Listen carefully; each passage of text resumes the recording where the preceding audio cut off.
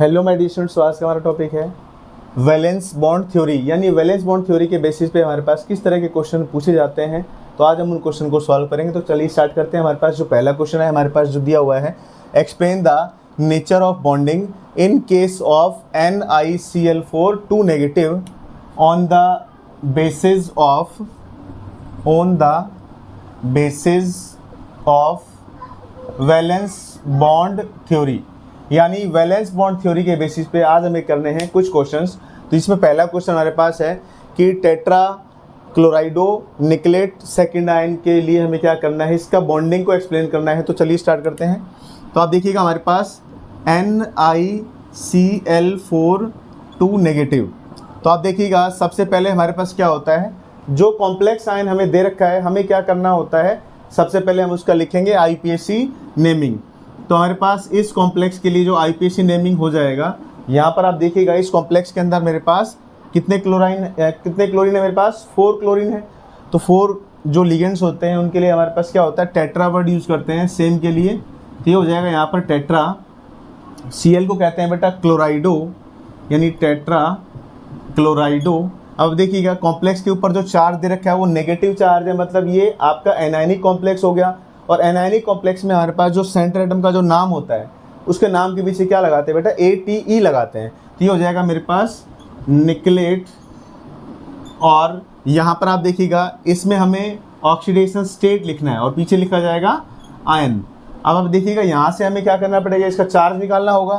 तो इसको X मान लिया जाएगा। तो आप देखिएगा यहाँ से आएगा X प्लस 4 क्लोरीन है, और एक क्लोरीन का चार्ज क्या होता है बेटा, -1 होता है। और इज इक्वल्स टू में जो चार्ज दे रखा है आपको -2 दे रखा है। तो आप देखिएगा इसको सॉल्व करेंगे तो x - 4 इक्वल्स टू -2, यानी यहाँ से x को अगर सॉल्व किया जाएगा तो कितना आ जाएगा, +2। यानी हमारे पास प्राइमरी वैलेंसी या फिर हम कहें इसका ऑक्सीडेशन नंबर कितना आ जाएगा, +2 आ जाएगा। और इसी x की वैल्यू को हम यहाँ पर क्या कर देंगे, रोमन कैरेक्टर्स में लिख देंगे। तो यहाँ पर हमारे पास जो कंपाउंड है उसका जो IPAC नेम हो जाएगा, क्या हो जाएगा बेटा, टेट्रा क्लोराइडो निकलेट सेकेंड आयन। यानी ये मेरे पास पहला काम हो गया। फर्स्ट काम होता है बेटा इसमें IPAC नेम लिखेंगे। सेकंड होता है बेटा हमारे पास ऑक्सीडेशन नंबर। ऑक्सीडेशन नंबर यानी कि हमारे पास जो सेंट्रल एटम दिया हुआ है उसका चार्ज कितना है बेटा, सेकंड, यानी कि हम इसको लिख देंगे यहाँ पर +2। इसी तरीके से थर्ड पार्ट होता है बेटा यहाँ पर हमारे पास कोऑर्डिनेशन नंबर। तो आप देखिएगा यहाँ पर कोऑर्डिनेशन नंबर का मतलब है कि इस कॉम्प्लेक्स कंपाउंड के अंदर कितने कोऑर्डिनेट बॉन्ड बन रहे हैं। तो आप देखिएगा एक क्लोरीन एक बॉन्ड बनाता है, तो 4 क्लोरीन कितने बॉन्ड बनाएंगे, 4 बॉन्ड बनाएंगे। तो कोऑर्डिनेशन नंबर हमारे पास क्या हो जाएगा, 4 हो जाएगा।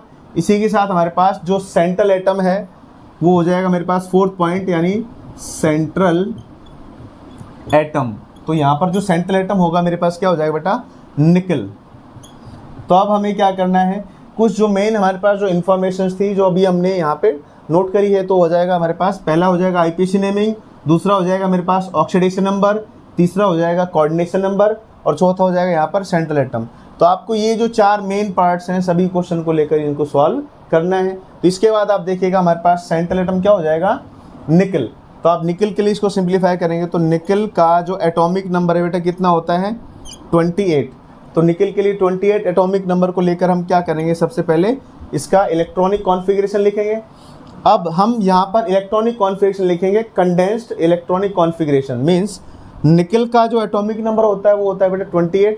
और 28 से पहले जो हमारे पास नोबल गैस होती है वो कौन सी होती है बेटा, आर्गन, जिसका एटॉमिक नंबर क्या होता है, 18 होता है। तो आप देखिएगा यहाँ पर हो जाएगा आर्गन यानी AR, और इसका एटॉमिक नंबर कितना होता है बेटा, 18 होता है। इसके बाद हमारे पास जो निकल है उसका एटॉमिक नंबर 28 है, मतलब इसमें इलेक्ट्रॉन कितने होंगे, 28 ही होंगे। तो आप देखिएगा AR 18। इसके बाद फिर लिखा जाता है बेटा 3D, और इसके बाद लिखा जाता है 4S। अब लिखने का पैटर्न ये है कि 3D और 4S, यानी आउटर मोस्ट सेल 4S है और इनर सेल हो गया 3D। हम क्या करते हैं कि भाई एनर्जी का ऑर्डर के अकॉर्डिंग हम इलेक्ट्रॉन को फिल करते हैं। तो आप देखिएगा 3D और 4S, तो 3D और 4S में एनर्जी किसकी कम होती है, 4S की एनर्जी कम होती है। इसलिए जो हमारे पास जो इलेक्ट्रॉन आएगा AR के बाद वो कहाँ पर भरा जाएगा, वो 4S में भरा जाएगा। तो आप देखिएगा AR 18 के बाद हमारे पास 2 इलेक्ट्रॉन किस में आ जाएंगे, 4s में आ जाएंगे। इसके बाद हमारे पास क्या हो गया, 18 और 2 कितना हो गया, 20 हो गया। अब कितने 8 इलेक्ट्रॉन लेफ्ट हैं, तो 8 इलेक्ट्रॉन कहाँ पर आ जाएंगे, ये डी में आ जाएंगे। तो ये हो जाएगा हमारे पास, इसका इलेक्ट्रॉनिक कॉन्फ़िगरेशन क्या हो जाएगा, Ni28 का जो इलेक्ट्रॉनिक कॉन्फ़िगरेशन होगा Ar18 3d8 और 4s2। अब देखिएगा यहाँ पर हमारे पास जो चार्ज दे रखा है यानी +2, उसके रेस्पेक्ट में हमें ये इलेक्ट्रॉनिक कॉन्फ़िगरेशन लिखना है। तो ये हो जाएगा हमारे पास Ni, अब इसका चार्ज है बेटा +2। अब +2 चार्ज का मतलब अभी हमें क्या करना है, 2 इलेक्ट्रॉन कम करने हैं। तो 2 इलेक्ट्रॉन कम हम कहाँ से करेंगे, हम 3d से करेंगे या 4s से करेंगे। तो हम इलेक्ट्रॉन कम कहाँ से करते हैं बेटा, 4s से कम करते हैं, क्योंकि वही हमारा क्या है, आउटर मोस्ट शेल है। तो अभी हम क्या करेंगे, यहाँ पर 2 इलेक्ट्रॉन कम कर देंगे। तो आप देखिएगा यहाँ पर हो जाएगा Ni2+ के रेस्पेक्ट में हमारे पास आ जाएगा Ar18 3d8 और 4s0, यानी ये मेरे पास 4s में क्या हो जाएगा, यहाँ पर 2 इलेक्ट्रॉन कम हो गए। तो 2 इलेक्ट्रॉन कम होने के साथ ही यहाँ पर इसका इलेक्ट्रॉनिक कॉन्फ़िगरेशन क्या हो जाएगा, 4s0, यानी 3d8 और 4s0। अभी हमें क्या करना है, ऑर्बिटल डायग्राम बनाना है। तो आप देखिएगा 3d8 और 4s, तो आप देखिएगा 3d के हमारे पास इलेक्ट्रॉन 1 2 3 4 और ये 5, यानी हमारे पास 3d के 5 ऑर्बिटल हमने ड्रॉ कर लिए। इसके बाद आएगा बेटा 4s का नंबर आएगा, यानी 4s। इसके बाद हम लिखेंगे 4p। अभी तक जो हमारे पास जो कॉम्प्लेक्स कंपाउंड दिया हुआ है, यहाँ पर अभी जो हमारे पास जितना भी हम पार्ट कर रहे हैं वो सभी हम अभी सेंट्रल एटम को लेकर कर रहे हैं, यानी अभी लिगेंड्स के इलेक्ट्रॉन का इन्वॉल्वमेंट नहीं आया है। तो आप देखिएगा हमारे पास 3d8 और 4s0।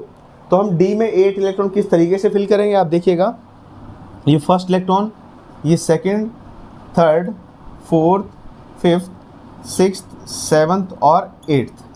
अब देखिएगा हमारे पास 3d8 और 4s0। अब हमारे पास डी में कितने इलेक्ट्रॉन हो गए बेटा, 8 इलेक्ट्रॉन हो गए।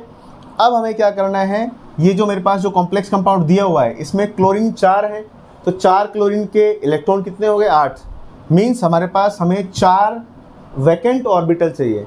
हम कोऑर्डिनेट बॉन्ड बनाने के लिए हम बिल्कुल वैकेंट ऑर्बिटल का ही यहाँ पर यूज़ करेंगे। तो आप देखिएगा यहाँ पर 4 क्लोरीन है, तो मुझे 4 बिल्कुल वैकेंट ऑर्बिटल चाहिए। तो आप देखिएगा मेरे पास 1 2 3 4, इन ऑर्बिटल में हम क्या करेंगे, अब इन लिगेंड्स के इलेक्ट्रॉनों को फिल करेंगे, जो कि कोऑर्डिनेट बॉन्ड बनाने में जो यूज़ हो रही है। अब देखिएगा हमारे पास क्लोरीन के इलेक्ट्रॉनों को हम कुछ अलग पैटर्न से शो करते हैं यहाँ पर। तो आप देखिएगा 4 क्लोरीन के 8 इलेक्ट्रॉन हो गए। तो आप देखिएगा ये पहले क्लोरीन के 2 इलेक्ट्रॉन हो गए जिसको क्रॉस से शो कर रहे हैं, ये दूसरे क्लोरीन के हो गए, ये तीसरे क्लोरीन के और ये चौथे क्लोरीन के, यानी ये फर्स्ट हमारे पास क्लोरीन है, ये हमारे पास सेकंड है, ये हमारे पास थर्ड है, ये और हमारे पास फोर्थ है। तो आप देखिएगा हमने चारों क्लोरीन के जो 8 इलेक्ट्रॉन हैं उनको वैकेंट ऑर्बिटल में फिल कर लिया है। अब हमारे पास जो नेक्स्ट जो कॉन्सेप्ट आता है वो आता है बेटा हाइब्रिडाइजेशन, यानी जो अभी नेक्स्ट पार्ट हमें करना है वो है बेटा हाइब्रिडाइजेशन। तो अब हाइब्रिडाइजेशन का मतलब हम इसमें हाइब्रिडाइजेशन किस तरीके से फाइंड करेंगे, जिस ऑर्बिटल में क्रॉस वाले इलेक्ट्रॉन का यूज़ हो रहा है उन्हीं ऑर्बिटल को हम एज अ हाइब्रिडाइजेशन यूज़ करेंगे। अब आप देखिएगा यहाँ पर मेरे पास क्रॉस वाले इलेक्ट्रॉन एक तो S में है और 3 हमारे पास P में है। तो हमारे पास जो हाइब्रिडाइजेशन होगा वो क्या हो जाएगा, S और 3 P वाले हो गए तो P3। हमें ये जो इलेक्ट्रॉन है इनकी ऑर्बिटल को हम हाइब्रिडाइजेशन में यूज़ नहीं करना है। कोऑर्डिनेट बॉन्ड यहाँ पर बन रहा है, तो हमें जहाँ पर क्रॉस वाले ऑर्बिटल में इलेक्ट्रॉन भरे हुए हैं उन्हीं ऑर्बिटल को हम हाइब्रिडाइजेशन में यूज़ करेंगे। तो यहाँ पर जो हाइब्रिडाइजेशन हो जाएगा sp3। तो अभी प्रीवियस वीडियो हमने किया है कि sp3 अगर हमारे पास हाइब्रिडाइजेशन होता है तो हम उसमें क्या करते हैं, ज्योमेट्री हमारे पास क्या होती है बेटा, जो इसकी ज्योमेट्री हो जाएगी वो क्या हो जाएगी, हमारे पास sp3 के रेस्पेक्ट में होता है बेटा टेट्राहेड्रल। sp3 के रेस्पेक्ट में क्या होता है बेटा, टेट्राहेड्रल होता है। अब आप देखिएगा यहाँ पर इस कॉम्प्लेक्स कंपाउंड के अंदर मेरे पास 2 इलेक्ट्रॉन ऐसे हैं जिनकी पेयरिंग नहीं हुई है। इसका मतलब यहाँ पर ये 2 इलेक्ट्रॉन कैसे हो गए हैं, अनपेयर्ड इलेक्ट्रॉन। यहाँ पर हो जाएगा because 2 unpaired electrons are present. यहाँ पर 2 अनपेयर्ड इलेक्ट्रॉन प्रेजेंट है। अब 2 अनपेयर्ड इलेक्ट्रॉन प्रेजेंट होने की वजह से it is para magnetic in nature, यानी ये जो कॉम्प्लेक्स होगा हमारे पास इसका नेचर कैसा होगा, पैरामैग्नेटिक होगा। क्यों? क्योंकि इसके पास 2 अनपेयर्ड इलेक्ट्रॉन है।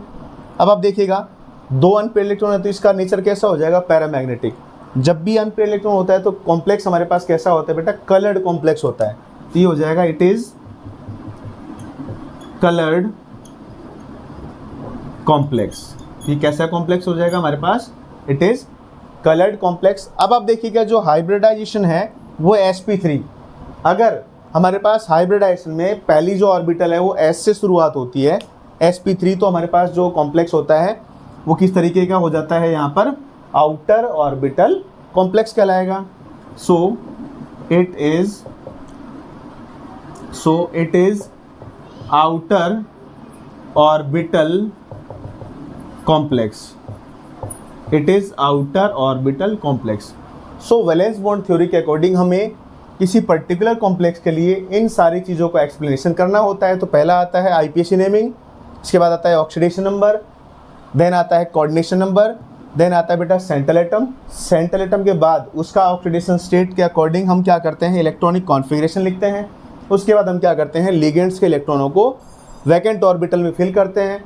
फिर उसके बाद हम चेक करते हैं कि उसमें कितने अनपेयर्ड इलेक्ट्रॉन है या नहीं है। इसके बाद हम क्या करते हैं, अगर अनपेयर्ड इलेक्ट्रॉन एक भी है तो वो पैरामैग्नेटिक होगा और कलर शो करेगा। अगर एक भी अनपेयर्ड इलेक्ट्रॉन नहीं है तो वहाँ पर वो क्या होगा, डायमैग्नेटिक नेचर का होगा और उसमें कोई कलर नहीं होगा, यानी वो कलरलेस कंपाउंड होगा। इसी तरीके से हमारे पास अगर शुरुआत s ऑर्बिटल से हो रही है तो हमारे पास आउटर ऑर्बिटल होता है। अगर शुरुआत इनर ऑर्बिटल यानी d से हो रही है तो वो होता है inner orbital complex. Thanks for watching my video. अगर हमारी वीडियो आपको पसंद आई तो प्लीज़ चैनल को लाइक करें, शेयर करें, सब्सक्राइब करें और बेल आइकन को प्रेस करें। Thank you.